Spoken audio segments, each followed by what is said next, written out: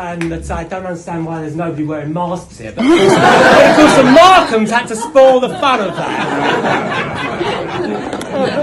Thanks to both Kathy and Claire. They have been two of the most important voices against the COVID tyranny. So, under the leadership of Kathy, she ensured that The Conservative Woman was probably the only publication that consistently and right from the start called out the folly of both the lockdowns and the vaccines.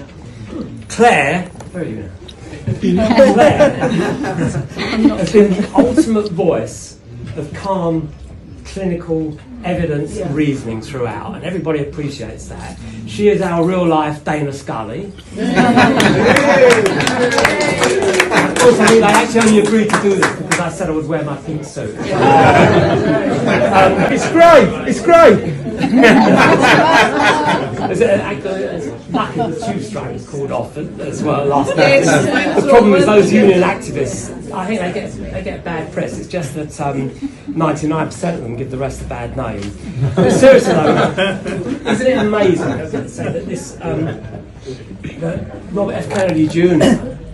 It's got the who gave us the testimonial on the cover of this book actually is going to be the person now in charge of health.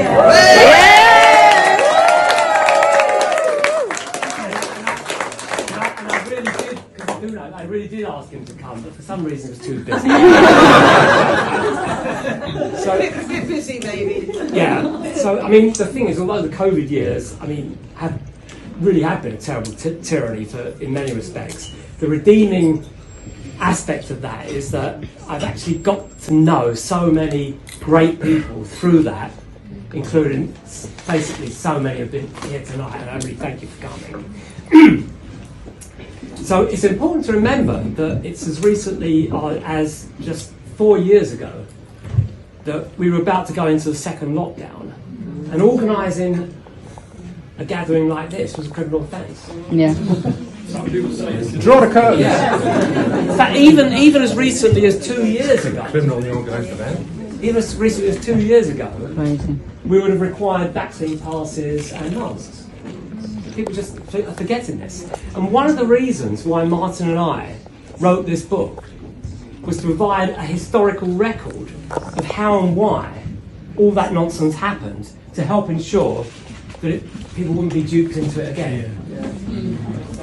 Anyway, I'm going to keep this speech short, so I'm only going to read 250 and 400.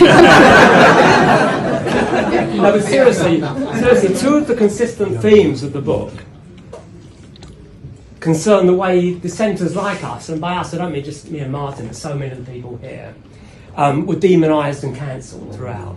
And I'm going to give two quick anecdotes, which are actually not in the book, but are relevant to the event tonight. So the first relates to the venue.